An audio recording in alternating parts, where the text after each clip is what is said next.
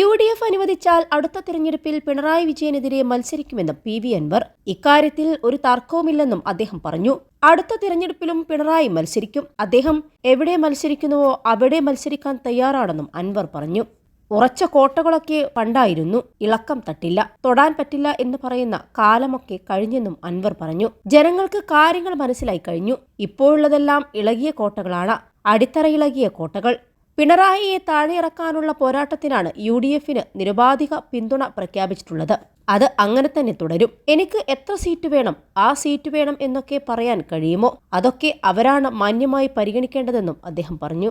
ഈ തിരഞ്ഞെടുപ്പിൽ മത്സരിക്കുന്നില്ല. പാർലമെന്ററി രാഷ്ട്രീയ രംഗത്ത് നിന്ന് പിന്മാറിയെന്നോ ജീവിതത്തിൽ ഇനിയൊരിക്കലും മത്സരിക്കില്ലെന്നോ ഒന്നും പറഞ്ഞിട്ടില്ല. ഇനി പറയുകയുമില്ല. അതിന് സാധ്യവുമല്ല. എന്റെ രാജി കൊണ്ട് ഒരു തെരഞ്ഞെടുപ്പാണ് വന്നിരിക്കുന്നത്. എന്നാൽ അതിനു മുൻപ് കൂടുതൽ രാജി വന്നേക്കാം. അവിടങ്ങളിലും ഉപതെരഞ്ഞെടുപ്പ് വരാൻ സാധ്യതയുണ്ട്. അവിടെയും UDFന് നിരുപാധിക പിന്തുണ തന്നെയായിരിക്കും. തൃണമൂൽ കോൺഗ്രസിനെ UDFിലെടുക്കാൻ മാത്രം ഒരു ചർച്ചയും നടന്നിട്ടില്ല. 21 ലക്ഷത്തോളം സന്തുഷ്ടരായ ഉപഭോക്താക്കളും 2 ലക്ഷത്തോളം തിമിര ശസ്ത്രക്രിയകളും പൂർത്തിയാക്കിയ മലബാറിലെ ഏക കണ്ണാശുപത്രി Ansalama eye hospital, hospital road, Perinthalmanna. നിലമ്പൂരിൽ ഇനി മത്സരിക്കേണ്ട കാര്യമില്ല. കൂടുതൽ പേർ തൃണമൂലിലേക്ക് വരും.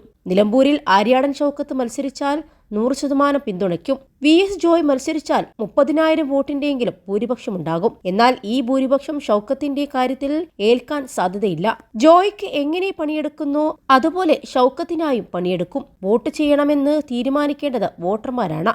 ഷൗക്കത്തുമായി ഒരു പ്രശ്നവുമില്ല. അദ്ദേഹം അടുത്ത സുഹൃത്തും ബന്ധുവുമാണ്. വരാനിരിക്കുന്ന തെരഞ്ഞെടുപ്പിൽ പിണറായിസത്തിന്റെ അവസാന ആണിയാണ് അടിക്കാൻ പോകുന്നതെന്നും അൻവർ പറഞ്ഞു.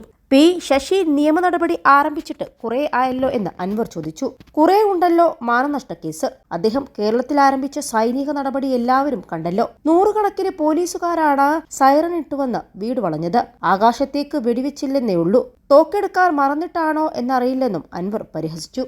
Don't worry മോനെ, ഉണ്ടെന്നീ മണി ഈസിയായി നേടൂ വള്ളുവനാട് ഈസി ആവശ്യം ഏതുമാകട്ടെ പണം ഞങ്ങൾ തരും. അതേസമയം അൻവറിന്റെ തീരുമാനം അറിഞ്ഞിരുന്നില്ലെന്നും സർപ്രൈസായെന്നും മുസ്ലിം ലീഗ് നേതാവ് PK കുഞ്ഞാലിക്കുട്ടി MLA പറഞ്ഞു.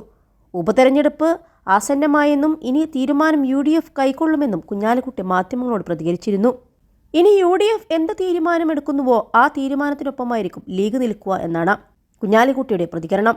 അതേസമയം അൻവറിന്റെ തീരുമാനം അറിഞ്ഞിരുന്നില്ലെന്നും സർപ്രൈസായെന്നും മുസ്ലിം ലീഗ് നേതാവ് PK കുഞ്ഞാലിക്കുട്ടി MLA. ഉപതെരഞ്ഞെടുപ്പ് ആസന്നമായെന്നും ഇനി തീരുമാനം UDF കൈക്കൊള്ളുമെന്നും കുഞ്ഞാലിക്കുട്ടി മാധ്യമങ്ങളോട് പ്രതികരിച്ചിരുന്നു. ഇനി UDF എന്ത് തീരുമാനമെടുക്കുന്നോ ആ തീരുമാനത്തിനൊപ്പം ലീഗ് നിൽക്കുമെന്നും കുഞ്ഞാലിക്കുട്ടി പ്രതികരിച്ചു.